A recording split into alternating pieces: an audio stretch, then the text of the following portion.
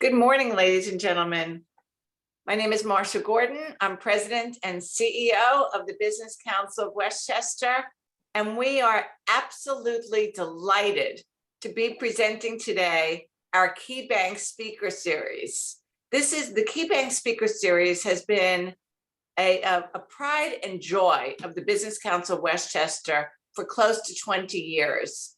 We together as partners have brought to the Westchester community incredible speakers, incredible topics, timely, thought-provoking, inspiring. And certainly after this year and at the end of the year, when we're all evaluating finances and moving ahead to 2023, we couldn't think of a more timely and relevant topic than talking about economic and investment update. Are we headed toward a recession? I want to say a little bit about KeyBank, and this is not rehearsed and it's off the cuff. I think that we all found out that during the pandemic, our relationships with our bank partners was more important than ever. This goes for businesses across the board, from small business, which KeyBank has an incredible passion for, to not-for-profits, to mid-size entrepreneurs and larger businesses. KeyBank was there for business as a partner to help, especially the businesses in Westchester and the Hudson Valley and beyond, through a most challenging time. And John Manginelli, the president of the Hudson Valley Metro New York Market and Northeast Regional Executive for KeyBank Real Estate Capital, has been one of the key leaders. So John, thank you so much. I wanted to turn it over to you to introduce KeyBank and the panel for today. Well, thank you so much, Marcia. It's excellent, obviously, to be here on a great start to a weekend, and we're delighted on this. Once again, KeyBank is so pleased to be the presenting sponsor of the Business Council of Westchester's Speaker Series, and I welcome everyone on today's call and the event. Key's a longtime member and supporter of the Business Council of Westchester, and we've been sponsoring this Speaker Series for many years because supporting local businesses is key to our business and the economic health and well-being of our community. KeyBank is privileged to bank so many of these businesses of all sizes in Westchester County. And this speaker series is really considered to be one of the hallmark business programs in the market. We're proud to be a part of it. While Marcia and John at the BCW always bring relevant and insightful guest speakers to this series, I have to say that today they've made an exceptional choice for our today's speaker. It's my pleasure to introduce my KeyBank colleague, Brian Petrangelo, Senior Vice President and Managing Director of Investment Strategy at Key Private Bank. Brian's a leader in our Key Family Wealth and is responsible for enhancing the communication and effectiveness of investment strategies, guidance, and solutions tailored to our clients' specific needs. He works directly with our Chief Investment Officer to support sound investment strategies for private and institutional clients and the delivery of solid, risk-adjusted investment performance.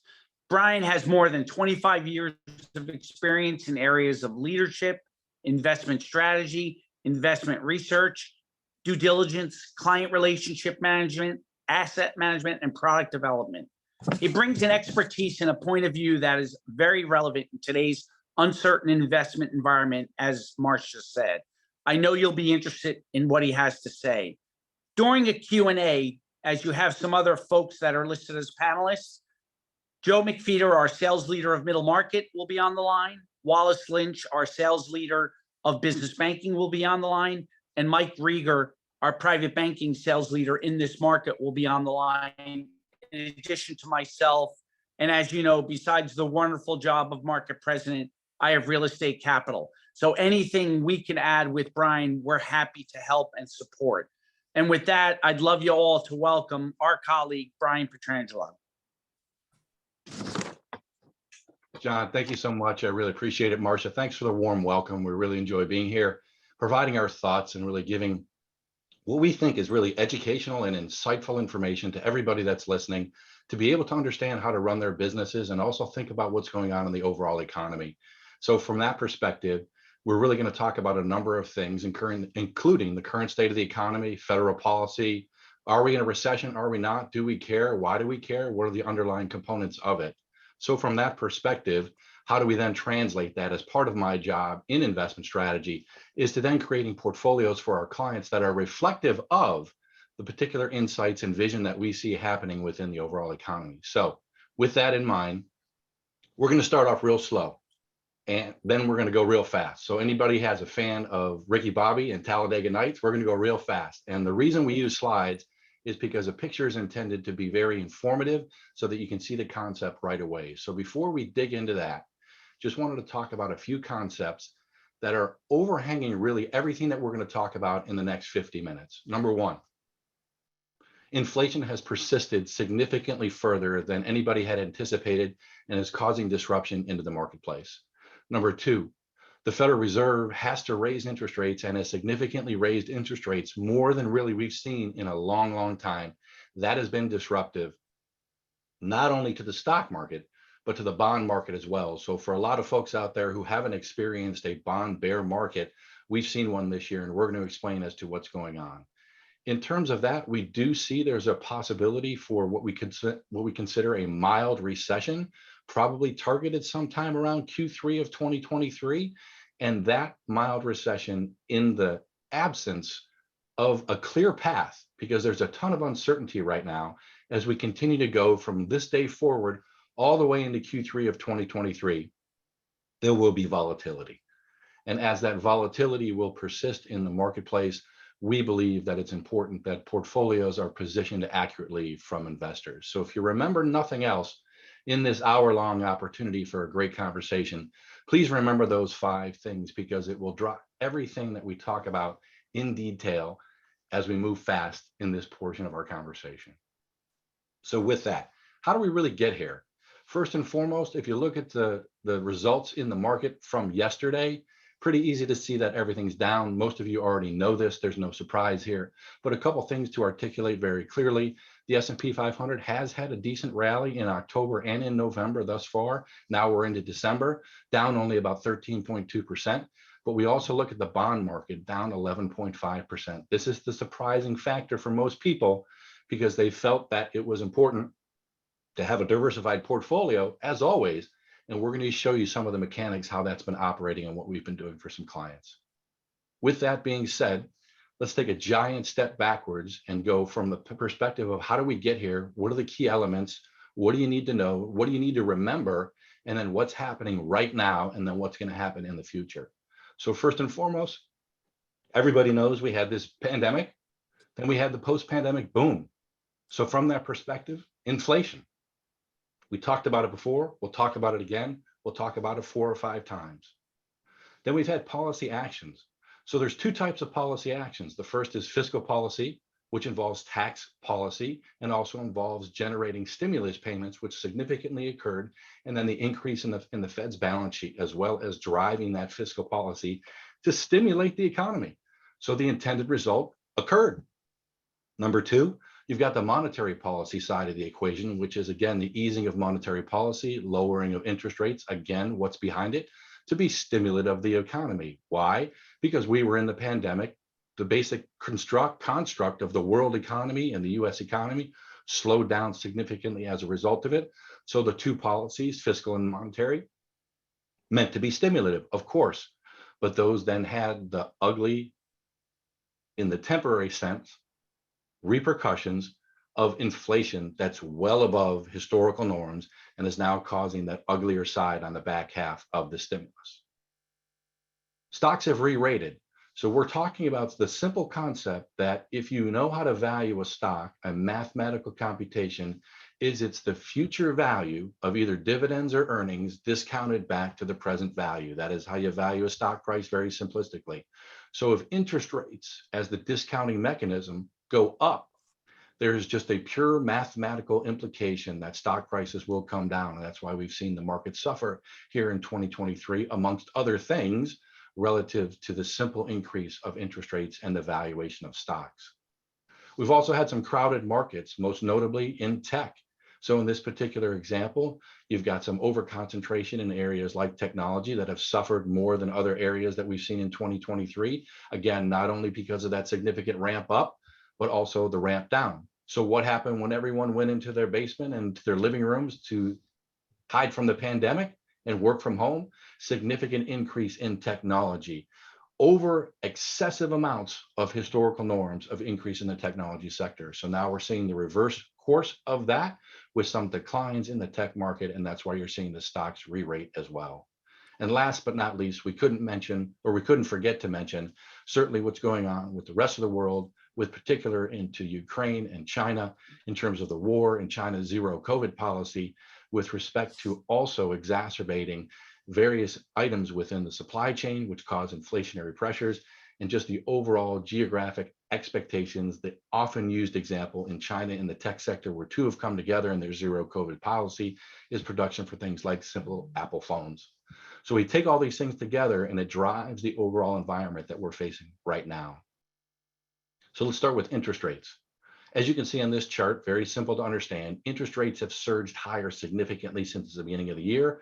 As of the most read yesterday, we looked at the 2-year chart and the 10-year chart for the Treasury bond, and you can see 424 and 351. We'll come back to this when we'll talk about what it means from an inversion perspective. But the chart here on this particular slide 8 is reference to the fact that we've come off this zero bound significantly for the 2-year Treasury. As most people know, in interest rates were set basically at zero to stimulate the economy to come out of the pandemic. That increase, as you can see very clearly in the chart, is now up above 4%. That's a massive increase in a very short period of time. This increase occurred simply because we've seen inflation at 40-year highs, easily very interpreted on this particular chart, where the most recent read as of October's CPI. We'll get November CPI here in a couple of weeks within the middle of the December month, but we've got October CPI as of the most recent read at 7.7% year over year. Very easy to see that dotted line takes us back to we haven't seen rates like this year over year since the 1980s.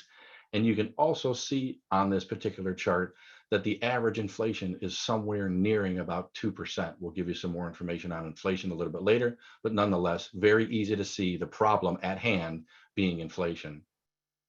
So central banks have become significantly more aggressive all across the world. The only exceptions, which I won't go into too much detail, but if you know what happened in the Bank of England recently with some disruption around Liz Truss and the Prime Minister's policy with regard to taxes and paying, they had a lot of disruption happening over there with the central bank. And the second exception is really the Bank of China, where they're facing some other constraints due to the zero COVID policy, where their economy has been slower than expected for obvious reasons when you shut down an economy.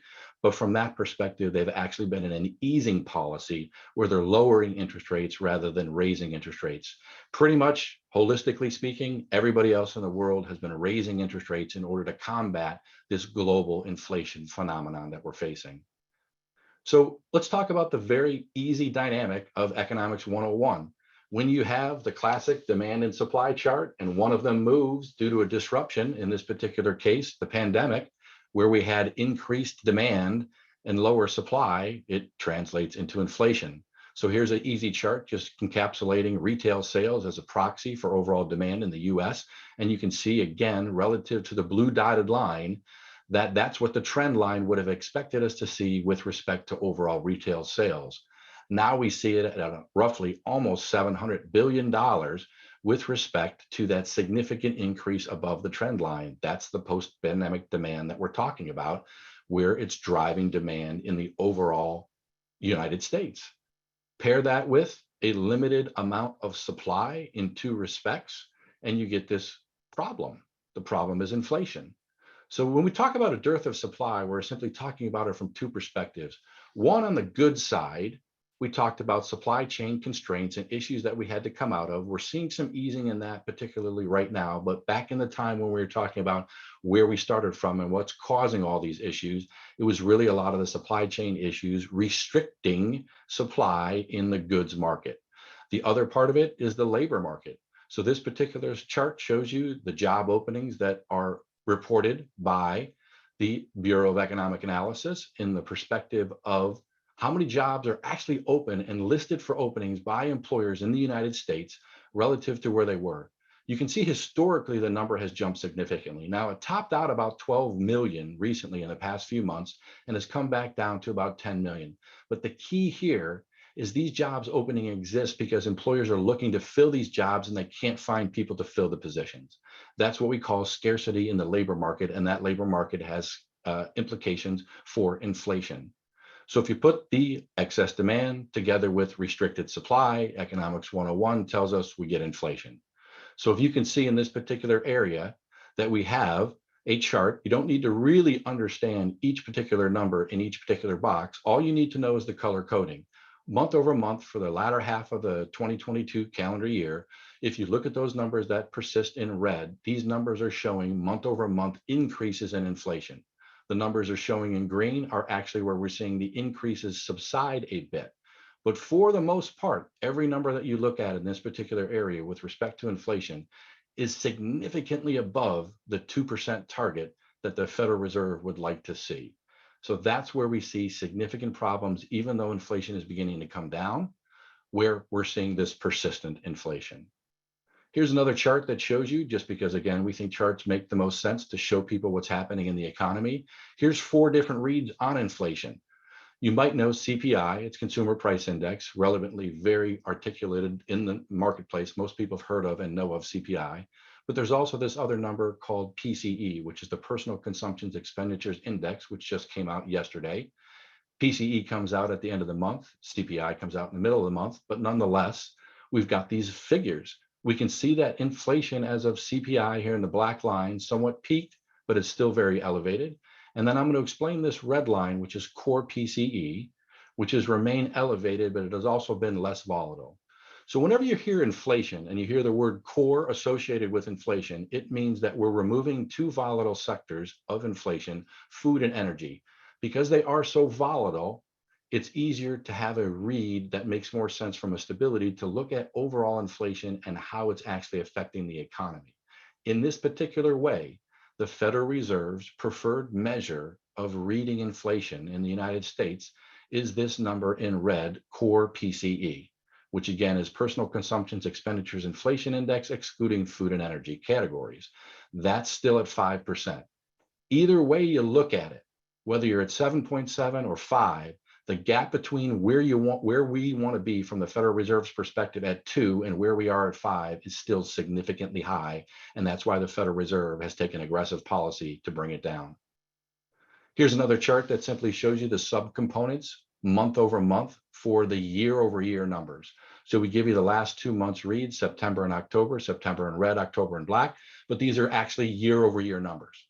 So we show you this way because you can see that 2 things are happening. One, some of the numbers are coming down month over month, for example, energy and gasoline and electricity and apparel, but some of the numbers are still going up. In this particular case, shelter, which we're going to come back to here in a second, is a big driver.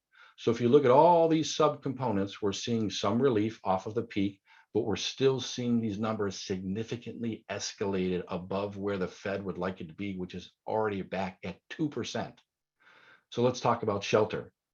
Shelter represents about 33% of overall CPI inflation. It also represents about 40% of core CPI inflation. So it's very hard for CPI in general to go one way or another. And in this particular case, we're looking for it to come down.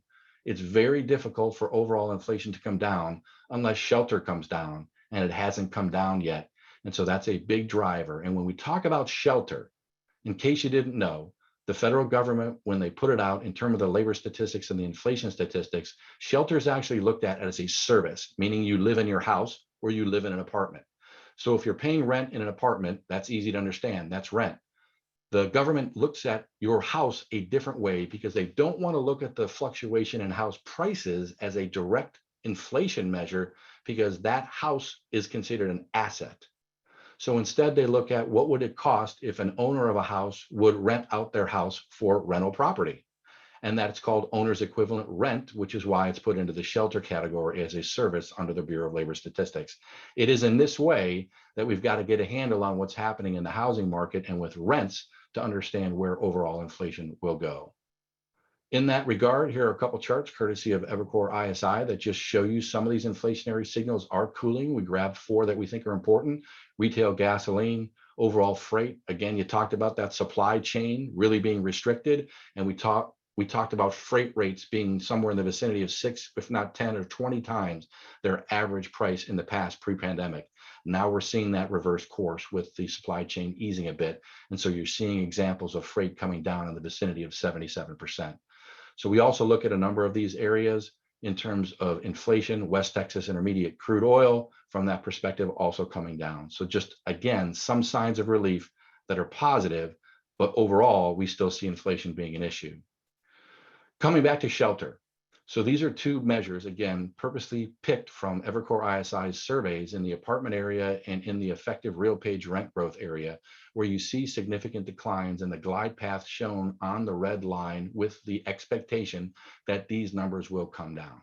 As you see the right box in yellow, the challenge with that is that these measures typically are on a lag and typically take a 7-month lag for these numbers to actually show up in shelter CPI. So from that perspective, we might see this shelter CPI number persist even longer than some of the other subcategories of inflation. Another key concept to understand is wage inflation. So again, back to that economics 101, if there's a big supply for employees, but if there's a big demand for employees, but a small supply for employees, what happens to wages? They go up. That's the imbalance that we've experienced coming out of the pandemic. So you can see on the chart as of the read of October from inflation readings in terms of wages, whether you're staying at your job or you're switching your job, either way, you're looking at in excess of 5% wage inflation overall. And we're seeing that this is becoming a little bit in a relief. As you can see, the last month's read showed a downtrend. But again, we're always going to come back to this expectation that average inflation on a general year-over-year basis is around 2% in the wage area, in addition to the overall economy. And we're still seeing numbers 2 to 3 times that.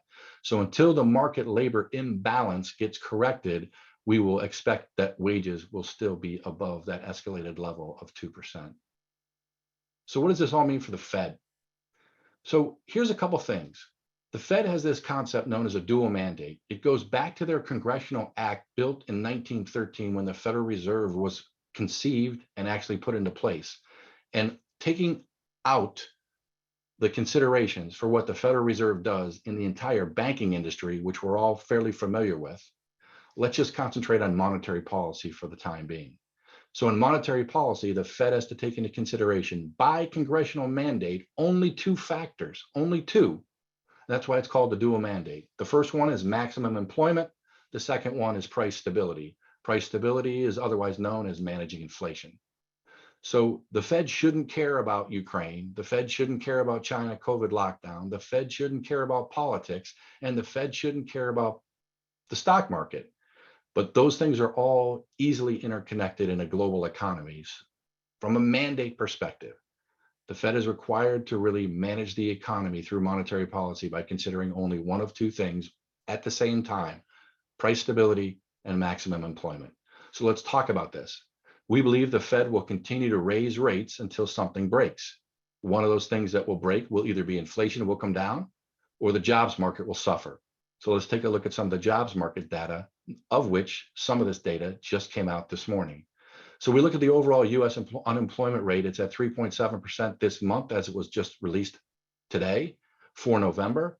The prior month in October was also 3.7%. So the good news on this particular chart is unemployment has been historically low, as you can see on the trough of the red line of the chart.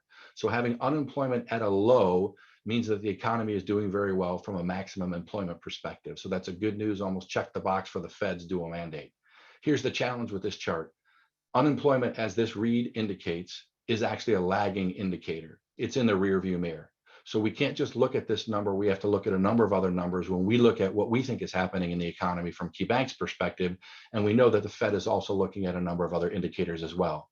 The other challenge with this particular information is look at the chart. If you can see every gray bar, which indicates recessions that we've had in the United States in the past, where every single time on this particular chart, as you can easily see, that when the unemployment rate got to a low or a trough, a recession shortly followed. So the dynamic is that being careful not to look in the rear view mirror and say the employment situation is great because unemployment is low at 3.7%, because there are other factors that drive the employment market. So let's take it the second opportunity to look at what's happening in the jobs market. These are initial unemployment claims that come out every Thursday, every week. And in this particular case, these have been fairly strong, meaning that they have not spiked. So from that perspective, you can see in this corridor, after the decline came down out of the pandemic, the initial unemployment claims in this corridor regularly throughout the entire year of 2022 have stayed fairly stable. And now it's at most recent week's read of 225,000 initial unemployment claims filed. What this is also telling us is that if people do lose their job or switch jobs for one reason or another, and they are unemployed for a temporary point of time, is that they're finding a job soon thereafter and they're not needing to file initial unemployment claims over again. Obviously, initial means you typically file it once. Continuing claims are another measure that we look at on an ongoing basis. But this is really a rotating factor for how many employees are filing initial unemployment claims on a weekly basis. And it has remained low, indicating that there is strength in the jobs market. Again, this is a leading indicator and why we watch it. From this perspective, non-farm payrolls also came out this morning. This is the overall number. As we can see, two stories in this chart. One, you see the V bottom. That is during the recession of the pandemic, where basically the entire job market shut down, so to speak. And that's where the market cratered. We've now seen the really good news that we've returned back to pre-pandemic levels at 153.55 million people in the US in non-farm payrolls. So that's great news, again, from an indicator showing us strength in the jobs market. We also look at that same indicator on a month-over-month basis. Again, that information also came out today for November and showed new non-farm payrolls created in the month of November at 263,000. That number has remained fairly steady, although it's down about half from some of the bigger increases we saw earlier in the year, which were to be expected as there was the decline from the pandemic. So if you look at these factors throughout 2022, we're basically at something in the vicinity of 1.3, something close to 1.3 million new jobs created as a recovery for the pandemic. As long as that factor stays solid, that's maximum employment. If these numbers stay strong, that means the Federal Reserve is going to continue raising rates because it can afford to sacrifice jobs.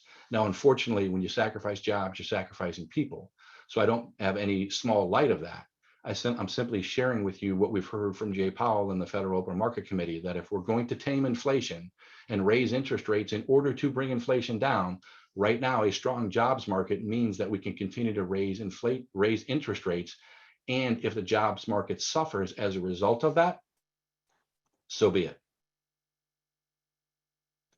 Here's an indicator we're beginning to watch as well to kind of round out the whole jobs market phenomenon, is that we have seen layoffs tick up recently, again, courtesy of Evercore ISI, where we're looking at these layoff announcements that we're seeing. Most of these have been pronounced in the tech area, again, as a reversal, of course, but there are some other industries that are facing layoffs, and we will continue to watch this as we go forward, looking at the overall jobs market.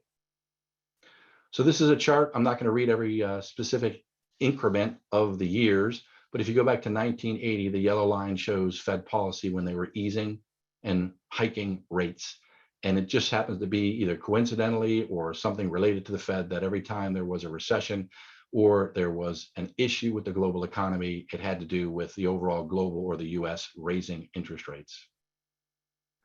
Here's something we also look at is a historical cycles of tightening. Again, tightening means the Fed is raising interest rates. Easing means the Fed is lowering interest rates. So in these tightening cycles that we've seen going back to 1973, it's of interest to us, again, courtesy of Bianco Research as well as Key Wealth Management, that we've got these indicators that the Fed, when they raised rates during these cycles, continued to raise rates until the federal funds rate eclipsed inflation. And you can see that very clearly on the slide. So when we get to 2022, and the most recent Fed funds rate as of the November meeting was at 4%, and inflation was still at 7 3/4, that means we've got this gap of 3 3/4. So either one of two things will have to happen for this, as again, historical performance doesn't always predict future performance, but we look at it anyway because it could be an indicator, is that one of these two things has to occur.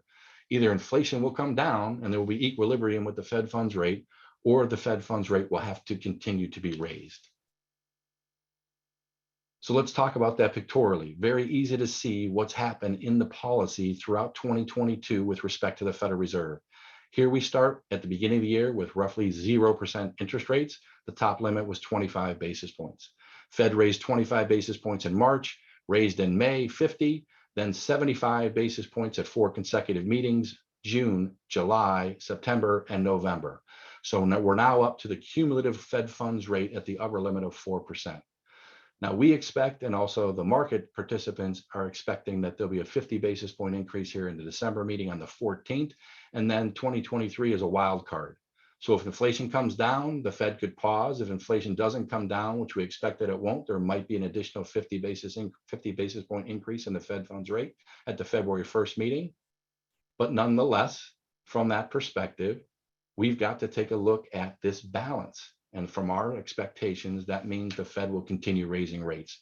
Big meeting this week. Jay Powell delivered another speech. It wasn't an official Federal Open Market Committee. He just happened to be at the Brookings Institute, and he delivered some comments again that were historically consistent with what he said before.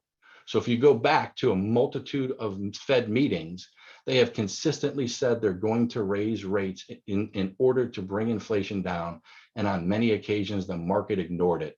He continued to pound the table. We'll talk about this at the Jackson Hole meeting back in August, again in November on the second Fed meeting, and again this week on Wednesday at the Brookings Institute, talked about these common themes that I've highlighted here in the yellow box with respect that the Fed will maintain a policy that will be significantly or sufficiently restrictive in order to return inflation to 2%. It will likely require maintaining this restrictive policy for some time, and we'll keep at it until the job is done. So in this way, there are two readings from this. One, we're getting closer to what's called the terminal rate. Terminal stands for when the Fed stops raising rates and may pause. We don't believe that the Fed's going to reduce rates anytime soon. But if they were to pause, we think that number where they could pause at could be in the vicinity of that 5% or 5 and 5.5% Fed funds rate based on, again, this schedule, Jay Powell's comments, the Federal Open Market Committee meeting minutes, and what we're seeing happen in the overall economy. So does the Fed have a chance of engineering a soft landing? Again, soft landing means, again, like you would think about in an airline ride, if you got turbulence, the pilot does a great job. They have a soft landing, it's pretty good. A hard landing means that there's further repercussions, further turbulence, just like in the stock market, and you've got a hard landing where the Fed has to slam the brakes on in terms of the economy, slow it down, and possibly push it into a recession. So if you've ever seen the movie Dumb and Dumber and you're big fans of Lloyd and Mary, do we think there's a chance that there'll be a soft landing? We think there's a chance. And from that perspective, if we look at the historical precedent for what we've seen, this is where I would describe it using a baseball analogy, that the market participants swung and missed 5 times before actually getting it right. And we're going to show you what this means as we take you through the year. So this is the S&P, as you can see how it has been significantly volatile throughout the year for a lot of different reasons, those most notable being inflation and also being interest rate policy. So if we look at where we were middle of the year, we can see that the stock market was down roughly 20%. At the Fed's meeting in June, they talked about raising interest rates, and the market really didn't listen. And so you can see as we move further, the market began to rally. And then we got to the July 27th meeting, and the market had been up pretty healthy in that last month. And then the Fed again said, we're going to raise rates. You need to be ready for it. The market didn't listen and went on to go up for another month or so, half of a month, into the recent peak in the middle of August at 4,300. And so the stock market was down roughly 9% at that time. But again, inflation continued to persist, and we saw that show its ugly head, so to speak. And then Jay Powell came out in an 8-minute speech on August 26th, which is a Friday, at the Jackson Hole Symposium, which is not an official Fed meeting, but it's one that's looked at as important as a Fed meeting because of policy makers from around the world coming together to talk about policy, and specifically Jay Powell's opportunity to address the public with regard to talking about inflation and the overall prospect for raising interest rates And he came with some very forceful language in that 8-minute speech and talked about steadfast nature of ability to raise interest rates and raise interest rates significantly. And during that speech and others has actually used the word, there's going to be pain. So when that came out back on August 26th, that was a Friday, the market crashed 3 to 5%, depending on which index you look at in that particular day.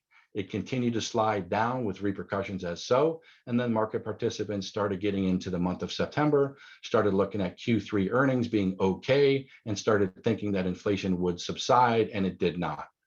So on September 12th, right before the August CPI came out, the market again reached another recent peak. But then CPI came out and the inflation readings were significantly hot, above expectations. And again, the market crashed right after that. Then in September, Jay Powell and the Federal Open Committee said again, we must be steadfast in raising interest rates to be sufficiently restrictive to slow down the economy, to bring down inflation, and the market continued to swoon. So it went all the way back to about 20% decline. Then we had some decent news in October. We had some volatility, it went up, and then we got all the way to here, October 13th, again, CPI, unfavorable result again. Market went down all the way back to down 22%. Lastly, we move into a couple focused items of the last few weeks. End of October, PCE inflation came out. You can see that the market again didn't like it because inflation had persisted and the market went down again. Last but not least, we get into this November 2nd meeting just last month. Jay Powell talked about the need to continue to raise interest rates. The market thought it was okay, finally started to believe it, and then was a little bit muted for the next couple of weeks until we got the October CPI report in November. For the first time in 6 times, we actually saw relief in the inflation numbers. And what happened that day? The market took off like a rocket. So you can see very easily here, this increase significant. And then the market has reacted thus far until we get to this week. Back in 11/29, market was down 15%. And again, we had the Wednesday Fed comments from Jay Powell. Some viewed them as a little bit dovish. Dovish means easing policy. And so the market had a nice rally in the middle of this week. But again, I asked the question, is there future anticipation missing the mark? Again, being too hopeful with regard to Fed policy when we've clearly heard Jay Powell say again on Wednesday that we'll need to raise rates again and keep them there at a specific point in time for some time until inflation comes down. So let's talk about a couple other big items. GDP, third quarter GDP came out and was recently revised upwards in the second estimate from 2.6% for Q3 to 2.9%. So still some positive attributes of what's going on in the overall economy. We take a look at the forward look, the Atlanta Fed GDP Now nowcasting tool, which is not an official estimate, but just their models that look at where they think GDP will be, have vacillated, as you can see, but still in positive territory, going back from October 28th at 3.1%, going all the way up to 4.3 as of November 23rd, and then most recently, just this week, had dropped it back to 2.8%. They look at a variety of factors in the economy and put together their econometric model to produce where they think GDP has been a pretty good estimate, actually, relative to the blue chip consensus group that puts out estimates as well. So we use this as an indicator to say, even though the economy is intended to slow, and the Fed is purposely trying to slow it down to bring inflation down, there are still signs of increased growth. Let's take a look at earnings real quick. In this particular area, earnings are coming down. As you can see in this chart, 2 areas I want you to take away. One, earnings are coming down, but if you look at 2022 final readings, expectations for Q4 versus 2023 readings for the expectations for the full year, there's still a possibility that earnings could grow 6%. So we're getting mixed signals here with respect to the overall health of the economy. I won't read numbers on this particular page, but the important point for you to know here is that when we model out where earnings might be in 2023 relative to the PE ratios, otherwise known as their multiples, where would that put the S&P at? The key here is that based on the data and based on the 6 scenarios that we've looked at internally, there's a wide range of outcomes that could occur, which introduces even more uncertainty to the market based on where we think earnings could be relative to the S&P and relative to the return that you would achieve if you're invested in the S&P. So overall, we'll continue to watch this outcome and the range of outcomes in our models as we look at this going forward month over month and into each quarter into 2023. So from a recession perspective, a lot of people ask me and have asked the question, are we in one? And if so, what do we do about it? And more importantly, who does not think a recession is coming? So we've heard all these different people talk about that they think we are in a recession. Again, a little bit of humor, even going all the way to the musician Cardi B saying, when y'all going to announce we're in a recession? So everyone seems to think we are in a recession. So it begs the question, are we in one? Are we not in one? Who defines it? And if so, do we care? And what do we do about it? So here's a textbook example of a cycle from a business cyclicality approach, looking at late cycle growth in terms of where we think we are, identified by the arrow, is that we think we're really much at the end of the late cycle and probably headed for a recession in 2023. You can see the underlying characteristics of each of these cycles. I don't need to read them for you, but at the end of the day, this describes where we think we are right now. So who knows, again, we can't take a poll live, so to speak, but if anyone understands who determines whether we are or are not in a recession, if you know, that's great. If you didn't know, the answer is it's the NBER. The National Bureau of Economic Research is the official arbiter of whether we are or are not in a recession, and they call the beginning date and the end date of the recession. They define it a little bit more broadly, which is why when you hear people say 2 negative consecutive quarters of real GDP is a recession, technically it's not. And we show you why here in a minute, but they look at a significant decline in economic activity spread across the broad market that lasts more than a few months.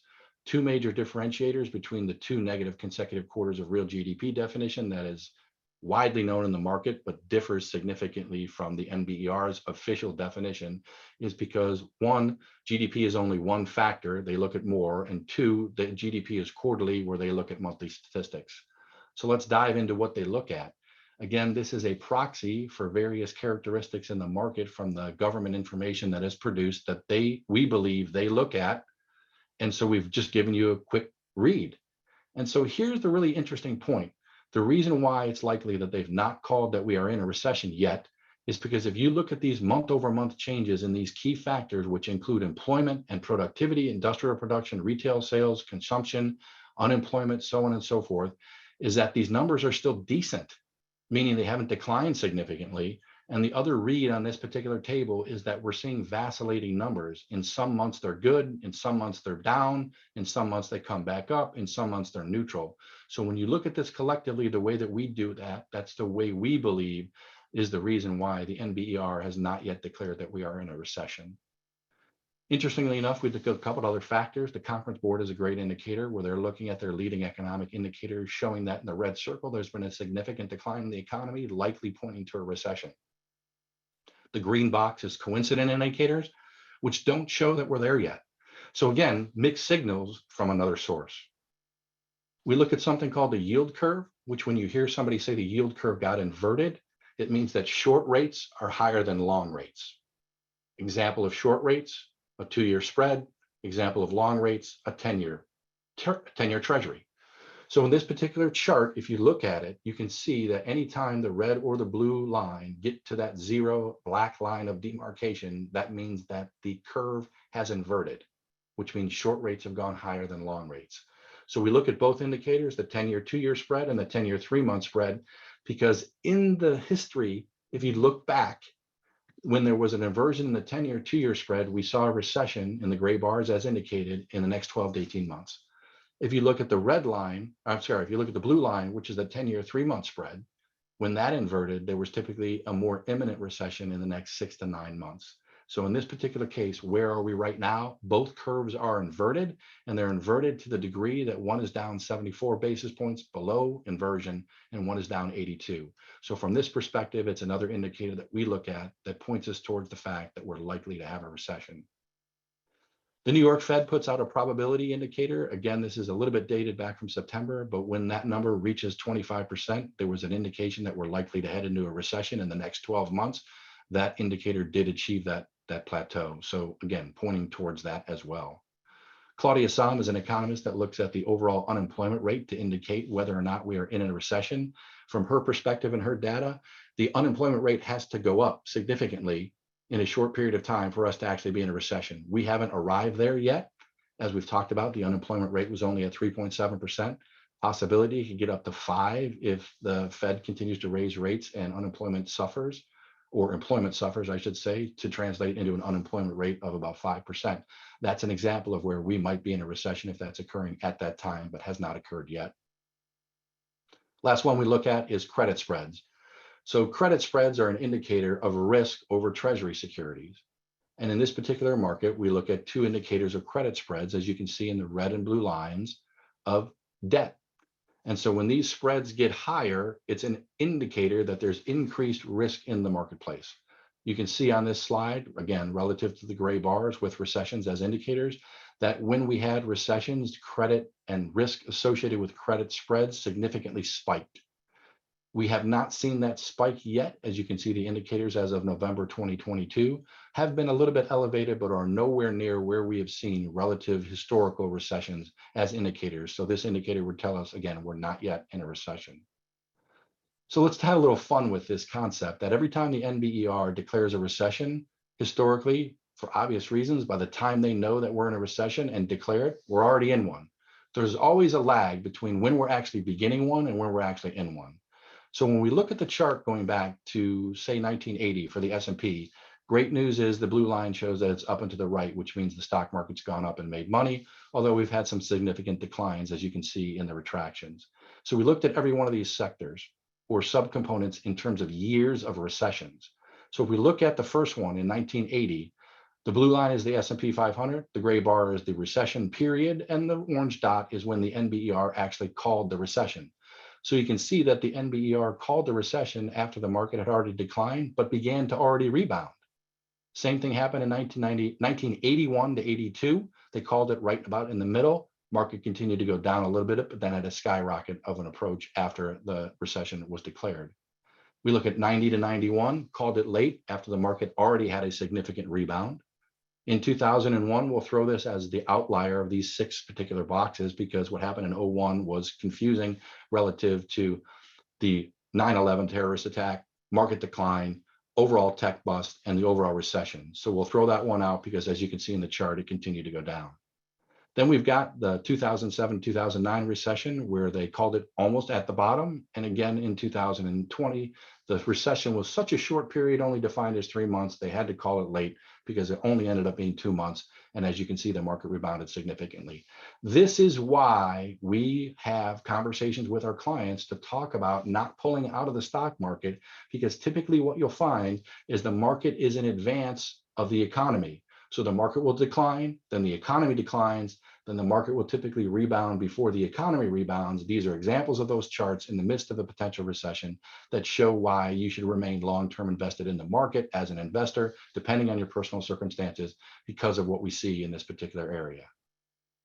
Here's a number of items I'm not going to read for time's sake, but this gives you our idea of whether we're going to be in a base case of a softish or mild recession, or a bear case for a deeper or longer recession, otherwise known as a hard landing. Right now, we're on the left camp, where we think we're only going to be in a mild recession due to some of these reasons shown in the various boxes. So last but not least, how does this translate to what we're doing from a portfolio construction perspective? And we've got a couple key items. The first one is, if you look in the past 40 years with these red bars, when inflation was high, stocks and bonds did not work well together as they should in a portfolio because of inflation. If you look at the past 20 years, you've got the green bars where inflation was consistent and low. Stocks and bonds work really well together in a diversified portfolio, each performing their duties appropriately. We return back to inflation being high again, and that's why we're seeing both stocks and bonds suffering because of inflation. And so just having stocks and bonds in your portfolio doesn't work as well as it should when inflation is high. This particular chart shows the significant increase in such a short period of time in rate hike cycles. Again, we talked about this already, but this is just another visual aid. And then this is a chart that shows back when we took the snapshot courtesy of FactSet and ISI back on November 4th. This shows you 2022 year to date when the stock market was down 20% and the bond market was down 15%, that relative to history, it's really not happened to this degree before at this particular level. And again, the culprits are inflation and rising interest rates. So from that perspective, we believe people should have additional tools in their portfolio. We're talking about hedging strategies, private capital, and real assets to provide solutions in addition to stocks and bonds, in combination with stocks and bonds, to develop a diversified portfolio with respect to things like hedge funds. Don't think hedge funds taking risks. think hedge funds reducing risk, and private capital as well as a diversifier, and then real assets to help with inflation. So overall, here's some final thoughts. Then we'll open it up for Q&A, and we're right there on time. Is that here are some things we should consider. We took a look at last time, there was a 20% decline in the overall market going back to 1946. And even though past performance is no guarantee of future results, we looked at the average return 3 months, 1 year, and 3 years later, and the average here in blue showed positive returns in the stock market at these particular clips from 8%, 20%, 40%, again, in that concept that the market tends to lead the recovery in the economy. Second one is we looked at the same type of analysis with respect to when the NBER called a recession. And you can see here again on this particular chart in these particular areas that 3 months, 6 months, and 12 months after the recession announcement was made by the NBER, on average, there was positive excitement and positive accumulation in the overall stock market. And finally, just because we recently had midterm elections, we looked at the same idea. And again, most market participants don't like uncertainty. Again, those are people, not markets. And so from the perspective, when you have some certainty with respect to who got elected, we also know that the markets typically respond favorably to a divided House with respect to not being able to employ different legislation. And therefore, if you look at these various presidential elections around a midterm election within a presidential cycle, you can see that again, 3 months, 6 months, and 12 months, hence from the midterm election cycle, there happen to be some positive news. So my job is to help give you the balanced approach in what we see as negative implications happening in the economy and the markets, along with some positive opportunities. And with that perspective, if you want to know more about Key, we've got a bunch of content on LinkedIn as well as key.com. And I also run a podcast every Friday. If you want to tune in, you can get this at the Key Wealth Matters on Spotify, on Apple, on Google, on a number of different providers, or you can just go to key.com and register for and listen to the podcast. So with that, Marcia, let's open it up for Q&A, always end with disclosures, but I'd love to have some dialogue and hear what the group is thinking in terms of any questions we might be able to answer. So Marcia, thanks. Wow, I've learned so much in this 50 minutes or so. You are unbelievable. You've really helped us understand the economy. And I don't want to talk anymore. And you even made it funny, Brian. So that's great. I don't see any questions in the chat, but I know John and I were chatting via text. Yeah. And we have some questions. So John, you want to open it up? Sure, Brian, and to the team. Obviously, this was conveyed to myself, and a comment. During the pandemic, I think our Westchester business owners did an incredible job of pivoting. Hopefully the banks like ourselves were helpful during that. Do you believe there's anything specific to the Westchester business owners global, that will relate to them and what maybe they should be worried about economic issues? Some of the obvious are a lot of our companies, supply chain problems, labor problems, interest rate problems, but anything you think they should flag, or perhaps the men and women do anything differently? Yeah, and I would, if I could just chime in here, if anyone just wants to put into the chat, what are the things economically at the end of this year that are keeping you awake at night? Because I know we have some great participants on. Okay. Yeah, thanks, Marcia. So I'll answer John's question and see if the queue in the chat fills up or not to see if we have any more questions. But a couple things. So we did try to look at information relative to the Westchester area, found some interesting information. Some of it's regional, some of it's slightly sub-regional. But one of the things we looked at was the employment picture. And the overall employment growth at a national level was around 3.6%. New York State was 4.1%. New York City was 5.6%. And the Orange, Rockland, Westchester area was 3.4%. So that tells us there might be a little bit lower of an employment growth opportunity in this particular area, which again, you of those living in that area probably know better than I do with respect to what's actually happening. But those are some top line numbers that we saw in terms of employment growth overall. We also looked at a couple other specific items from a regional perspective where you are, and a couple of things I want to share with you. One is overall economic growth seems to have declined a little bit modestly in the area. Businesses still reported paying high input prices in terms of inflation into the things that they're creating. So in the particular region where you are, there's still higher input prices. Consumer spending was relatively flat in the area. We've also seen manufacturing activity actually bucked the trend and expanded slightly in the last month in this particular area from a manufacturing perspective. So that was one that I thought was actually pretty decent to share. And the last one I'll share with you is we also saw that activity in the services sector had weakened a bit. And again, this might be relative to the restricted supply of labor. In general, I'm not quite certain, but from a headline news perspective, we did look at that. And the final one is construction showed signs of modest deterioration. So when we look at very regionalized rather than national items relative to the folks on the call that might be interested in what might be closer to the Westchester area, those are some data points that we did find. Very, very interesting. And just finally, this could be to any of the panelists, how is the bank responding to the market volatility? Oh, and I see there's one question up here. So someone also talked about their cost of manufacturing materials increasing monthly. Is there a ceiling when the increase will level? You know what? If we don't get to that question, we can come back later. Yeah, so maybe just as a general comment, Marcia said it earlier, and certainly my partners can comment. What's critical today is relationships. So the banks, I can speak running real estate for the Northeast, and certainly our partners can talk, but we actually helped clients tremendously. There were 2 years, the prior 2 years, where I indicated the bank is lending through the pandemic. And by lending, I mean balance sheet capital and also capital markets capital. Fannie Mae, Freddie Mac for multifamily, different insurance companies. So we source a lot of capital, different areas, and try to provide that to our clients as they need it on an agnostic approach. So we really lent through the pandemic and had very, very good years. I sometimes am reticent to say that. I like to say we helped our clients and prospects during that time. This past year, when I've been on a bunch of panels, it's transition. I say we are lending through the volatility. And I think for all of us, even some of the older people like myself, I don't think we've seen interest rates rise as quickly.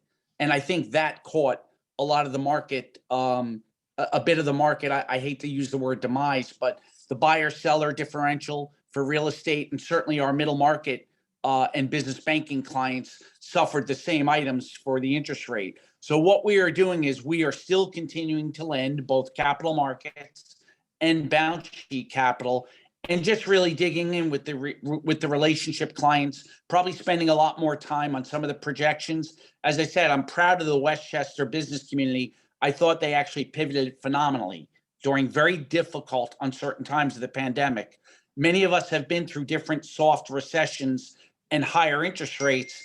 I think none of us have been through this quick uptick in interest rates. And I think that's caused some uncertainty. It's changed underwriting rates at banks. I think you'll see leverage levels are not as high as maybe they were for the right cases. But, Wallace, Joe, Mike, anything you certainly want to add, I'm happy to just have you comment on that. Sure. And we have about one minute, one or 2 minutes left. So anything quickly? I would just say from a middle market perspective, our bankers are having deep conversations with our clients on what their plans are, how they're preparing for a possible cycle, and what they're doing. Every one of our clients seems to feel pretty good about the economy with the data that they're seeing and what they're seeing from their clients, but they're also smart enough to be prepared and start thinking about their plans and their projections. And I think, people in this market have been through this a couple of times, so they're going to be conservative and they're going to be smart about it. Right. Well, I want to thank Brian. You were absolutely enlightening. I want to invite anyone that listened. You will receive a recording of this, so please feel free to share. You'll have the best cocktail party conversation this Christmas of anyone. But seriously, you gave us really valuable insight so that businesses and individuals can plan for their future in these somewhat turbulent times and challenging times. So to KeyBank, thank you so very, very much. To the entire team, John, you're a great partner with us. Have to give a shout out to Joe Markey also. We Mhm. appreciate everything KeyBank does. And to Brian and the panelists, Joe and Wallace and Michael, even if we didn't hear from you, I think we really show what a great resource KeyBank is for all businesses in the community. So with that, thank you so much to everyone for joining our KeyBank Speaker Series. And we wish you a wonderful weekend and a glorious holiday season. Enjoy. Thank you all. You too. Thanks, Brian.